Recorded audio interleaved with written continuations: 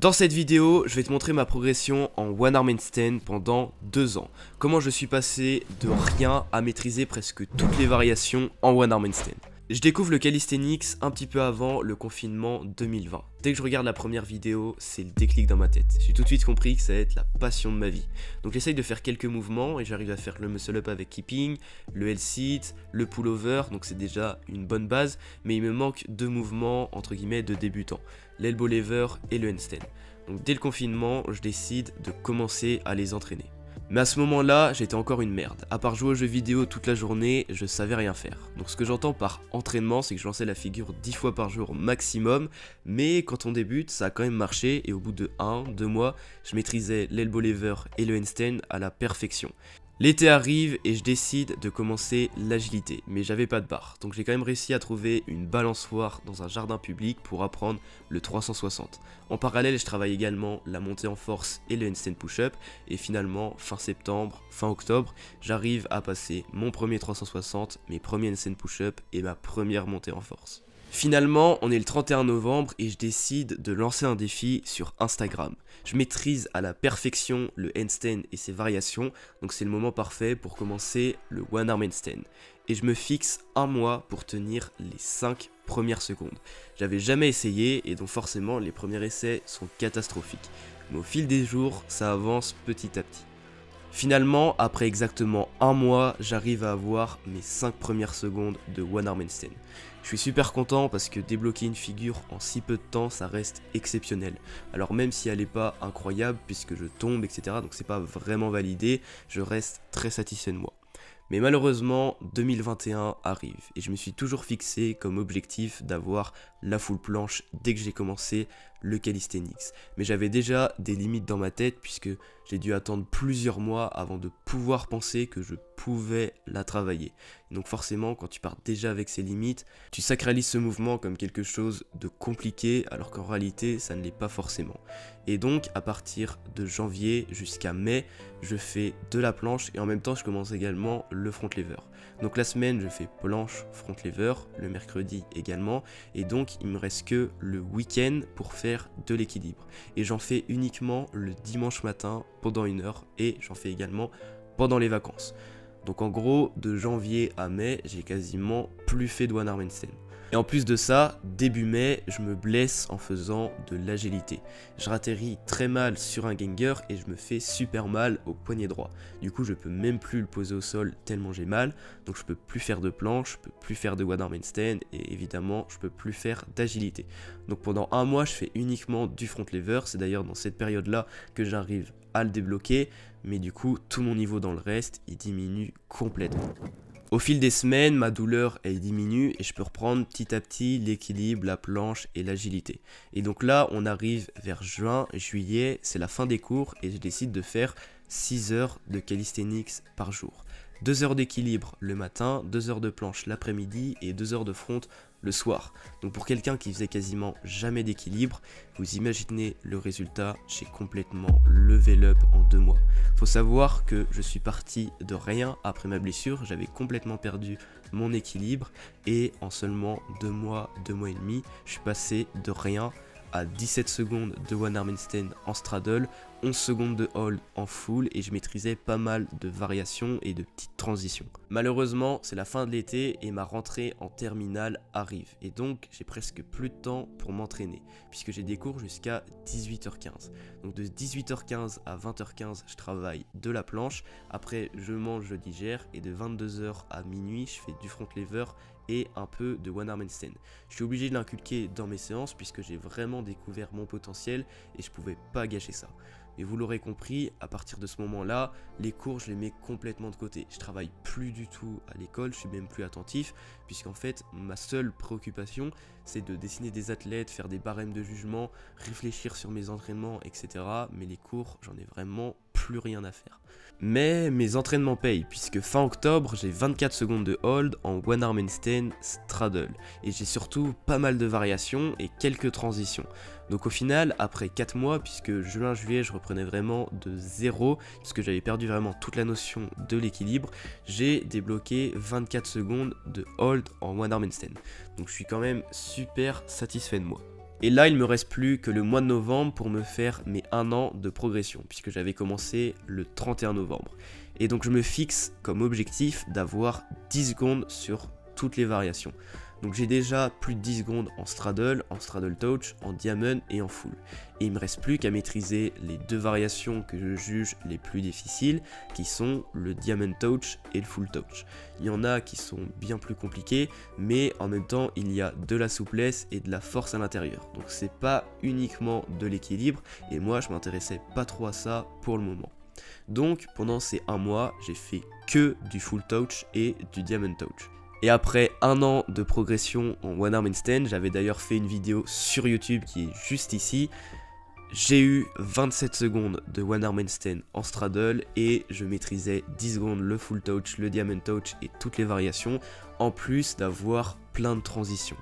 Donc en seulement 1 an, je fais déjà partie d'une faible exception de personnes. Et c'est même déjà peut-être une des plus grosses progressions que j'ai vues. A partir de là, je comprends vraiment que j'ai un gros potentiel en one arm handstand, surtout que je l'entraîne très peu. J'entraîne 30 minutes tous les soirs de 23h30 à minuit, après m'être déjà entraîné pendant 3h30, donc autant vous dire que c'était pas du tout optimal. Et là, on est à peu près décembre, je reçois mes premières notes du premier trimestre en terminale. Et je suis vraiment juste au-dessus la moyenne. Mais je comprends vraiment que là, l'école, ça va me mener à rien. Puisque je suis plus du tout passionné et j'ai vraiment envie de faire autre chose. Et donc, je décide de créer mon premier e-book en one arm handstand. Le problème, c'est que je suis complètement ignorant. Je suis ignorant car à part mes 1 an de calisthenics, j'ai jamais développé aucune compétence utile dans la vie pendant toute mon enfance. J'ai fait que jouer aux jeux vidéo et m'amuser, donc c'est pas vraiment très utile. Et donc j'ai aucune connaissance en informatique, en vente, en commerce, etc. Je connais absolument rien. Pour vous dire, mes e-books, je les ai créés pendant mes cours de terminale. Parce que chez moi, j'avais pas d'ordinateur personnel et je savais pas du tout comment faire. Je connaissais rien. Je connaissais à peine les PowerPoint. C'était souvent les autres de ma classe qui les faisaient. Et donc, je décide pendant mes cours d'aller sur les ordis quand on pouvait. Et d'essayer du coup de créer ces e-books. Donc je pouvais même pas avancer chez moi, je pouvais uniquement les faire pendant les cours. Mais finalement les e-books étaient quand même d'une bonne qualité parce que j'avais pas mal analysé tout ce que je faisais en calisthenics, c'était vraiment ma passion et du coup j'y dédiais vraiment beaucoup d'attention. Et donc dans les e-books que je faisais, je voulais vraiment transmettre toute la valeur que j'avais apprise, tout le fonctionnement, tout ce que j'avais compris, qui en plus de ça, je trouvais, était pas du tout expliqué sur les réseaux sociaux, sur YouTube, etc. Il y avait rien quasiment sur le one arm handstand. Donc ces e-books là, je les ai vraiment complétés. J'ai fait un bon truc quand même pour la première fois que j'ai essayé de faire un truc sur l'ordi. Je suis quand même pas mal content de ce que j'ai fait. Et c'est là que je fais une story sur Instagram où je mets que j'ai fait des e-books et qui sont à vendre, faut m'envoyer un message en privé. Vraiment le début du business. Après les avoir postés en story, j'avais déjà quelques personnes qui me suivaient et donc qui avaient vu toute ma progression en one arm handstand. Et il y a 3 personnes précisément qui décident d'acheter mes e-books. Et là je me fais quasiment 100 €. Donc dans ma tête j'étais comme un ouf puisque j'avais aucune connaissance sur ça et je me suis dit j'ai réussi à générer de l'argent juste en faisant des e-books. Après certes j'avais quand même une bonne progression, ce qui crédibilisait quand même pas mal mes propos. Mais pour l'anecdote, j'avais tellement aucune connaissance que je savais même pas comment les gens pouvaient m'envoyer l'argent. Donc au final, ils ont envoyé l'argent sur le compte PayPal de ma sœur et c'est elle qui avait gardé l'argent. Donc moi, je l'avais même pas prise pour moi. J'étais juste content d'avoir réussi à donner des e-books et générer des ventes. Je m'étais quand même pas trop mal débrouillé, donc j'étais super content. Mais là, le bac arrive et ça rigole moins. Je continue toujours à faire 30 minutes de one arm handstand tous les soirs après les cours. J'ai toujours suivi le même entraînement. Mais du coup, j'ai absolument rien fait pour l'école. Mais j'arrive quand même à avoir le bac. Je suis passé sur une année où le bac était quasiment donné. Franchement, il n'y avait quasiment pas besoin de travailler. Et c'est d'ailleurs toujours le cas, je pense, pour la terminale. Et je suis même pris dans une école supérieure à Lorient. Mais j'ai pas du tout envie d'y aller parce que je suis pas du tout passionné par ça. Mais en mesurant le pour et le contre, faire des études c'était la meilleure option pour ma progression en calisthenics. Puisque si j'allais travailler, forcément j'allais faire un truc nul que j'aimais pas et en plus ça allait m'épuiser musculairement, ce qui est pas top pour une progression. Donc je fais à Lorient, je fais des études et je continue à m'entraîner. Mais là, j'ai arrêté de vous parler de ma progression en One Arm Handstand, parce que c'était le cas également sur Instagram. Donc j'ai pas de vidéo à vous montrer, puisque je partageais quasiment plus rien. En fait, je gardais tous mes combos dans ma galerie pour préparer une grosse vidéo sur Instagram, où je montrais toute ma progression et évidemment les meilleurs combos que je pouvais réaliser. Et donc on arrive fin novembre, après avoir fait 3 mois d'études, je continuais à m'entraîner, à progresser, il y a des périodes de régression, de moins bien, etc. Mais globalement, ça s'est plutôt bien passé. Et finalement, fin du mois de novembre, je maîtrise des combos juste exceptionnels. Je sais pas comment j'ai fait, mais j'ai eu un déclic dans ma tête et j'ai eu une maîtrise de l'équilibre juste insane. J'ai jamais vu personne faire des combos aussi longs, avec des variations aussi complexes, des transitions aussi complexes. En plus, tout était venu de moi-même, je m'étais inspiré de personne. J'ai vraiment tout créé à partir de là où j'étais à l'aise et de ce que je trouvais incroyable. Et donc, au final, après ces 2 ans, voici les combos que je réalisais en One Arm Handstand. This night is cold in the kingdom. I can feel you fade away.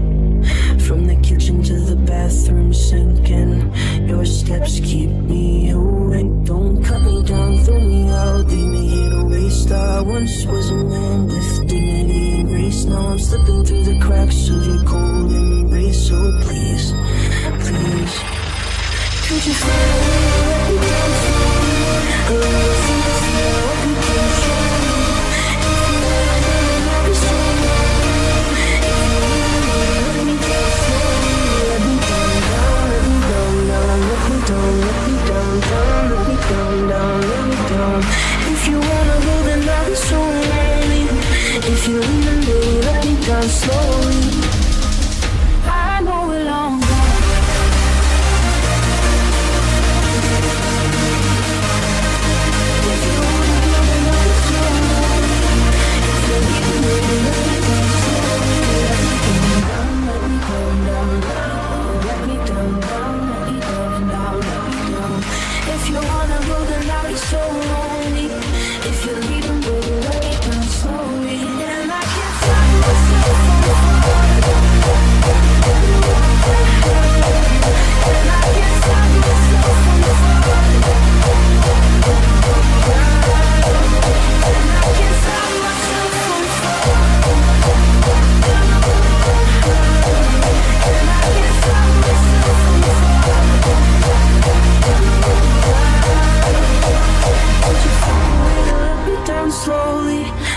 Sympathy, I hope you can show me.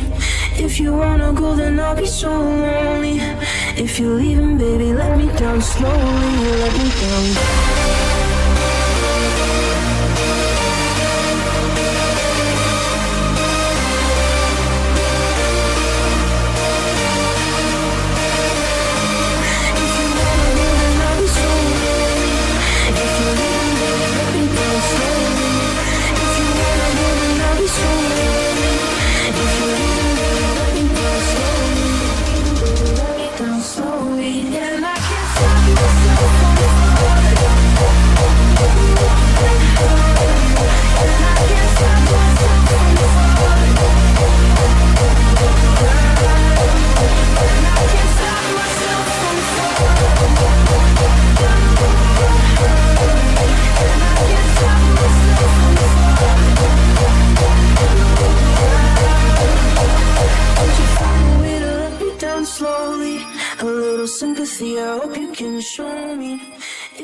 Et voilà pour ce qui est de ma progression en One Arm Handstand après 2 ans. Bon, il y en a certainement qui ont dû faire mieux, mais je pense qu'elle fait quand même partie des meilleurs. Mais là, on est en décembre 2022 et je tourne cette vidéo actuellement en novembre 2023. Ce qui fait que la progression n'est pas terminée. Mais si cet épisode vous plaît et que vous avez envie de connaître la suite, n'hésitez pas à me le dire dans les commentaires et il y aura peut-être une deuxième partie. Pour cette dernière partie de la vidéo, je vais rentrer un peu plus en détail dans ma progression en vous donnant des conseils sur ce qui a fait la différence entre une progression plutôt lente et ma progression qui est plutôt rapide.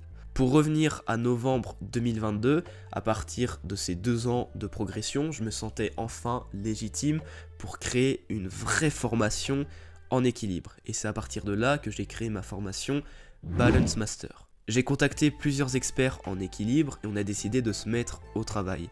Et après plusieurs mois à avoir tourné des vidéos, créé différents plans d'entraînement pour essayer vraiment de trouver plusieurs méthodes qui fonctionneraient sur tout le monde, on a créé une formation plus que complète pour permettre à n'importe qui de devenir le maître de l'équilibre. Si vous souhaitez avoir plus d'informations, vous pouvez cliquer sur le lien dans la description, vous atterrirez sur mon site internet et tout est expliqué. Mais attention, le site ferme le 7 novembre, donc d'ici quelques jours. Vous avez donc plus beaucoup de temps pour rejoindre cette formation parce qu'après elle sera plus disponible. Évidemment, ceux qui l'ont rejointe auront toujours accès au groupe Discord, à la formation et on répondra toujours à toutes les questions. Maintenant, les principaux conseils que j'ai à vous donner sur une progression de 2 ans, c'est réellement plus tu vas faire les choses lentement et avec patience, plus tu vas progresser rapidement. Ça peut être paradoxal, mais c'est tellement vrai. En règle générale, mais surtout en équilibre, il faut vraiment apprendre à être patient. Puisqu'on a vite fait, une fois qu'on a le handstand, de se décaler sur une main et de lâcher l'autre pour espérer tenir 3 secondes. Et des fois ça marche, mais 3 secondes en one arm handstand, si tu bouges, ça vaut absolument rien. Ce serait 10 secondes minimum. C'est d'ailleurs la règle que je m'étais fixée pour le valider, 10 secondes de hold. Sinon, ce n'est pas de l'équilibre, c'est plus des fois de la force et même des fois de la chance. Pour preuve, on peut pas faire ça en planche et en front. Quand tu lances une full planche, si t'as pas la force, tu vas tomber direct. Et en one arm handstand, justement, ça fait pas vraiment ça. Et du coup, on peut avoir l'impression de progresser, alors que non, c'est pas le cas. Ce qu'il faut vraiment retenir, c'est qu'il faut prendre le temps d'apprendre à bien se décaler. C'est vraiment l'étape la plus importante. Et après, de passer sur 5 doigts, 3 doigts, 2 doigts, 1 doigt, de tenir sur un doigt, de lâcher, de reposer et de vraiment lâcher une fois qu'on est à l'aise. D'être capable de tenir 30 secondes sur un doigt s'il faut avant de pouvoir lâcher. Parce que si tu te dépêches, tu pourras jamais réussir. J'ai eu moi-même de la chance puisque j'ai compris comment bien me décaler dès mes premières séances en équilibre. Ce qui fait que je suis directement passé sur 5 doigts et comme j'avais déjà une bonne maîtrise en handstand, je suis vite passé à 1 doigt, je tenais très facilement et donc dès la première semaine on va dire, je pouvais déjà tenir super longtemps à 1 doigt et donc pendant 1 mois je me suis entraîné juste à lâcher et forcément au bout de ces 1 mois j'ai tenu mes 5 premières secondes. Mais vraiment prenez le temps de bien vous décaler et de faire des holds sur les doigts avant de lâcher sa main. Parce que si tu n'arrives pas à tenir avec un doigt, quand tu vas le lâcher, tu vas forcément tomber, c'est obligé. Donc vraiment, la phrase à retenir pour progresser en équilibre sur le long terme, c'est plus tu vas prendre ton temps, plus tu vas progresser rapidement. C'est hyper paradoxal, mais vraiment, il faut toujours retenir cette phrase. Finalement, si tu veux apprendre le handstand ou le one arm handstand, je te mets 2 vidéos ici, entièrement gratuites, que tu pourras aller visionner, où je te donne vraiment pas mal de conseils. En tout cas, merci d'être resté jusqu'ici, et sur ce, davai.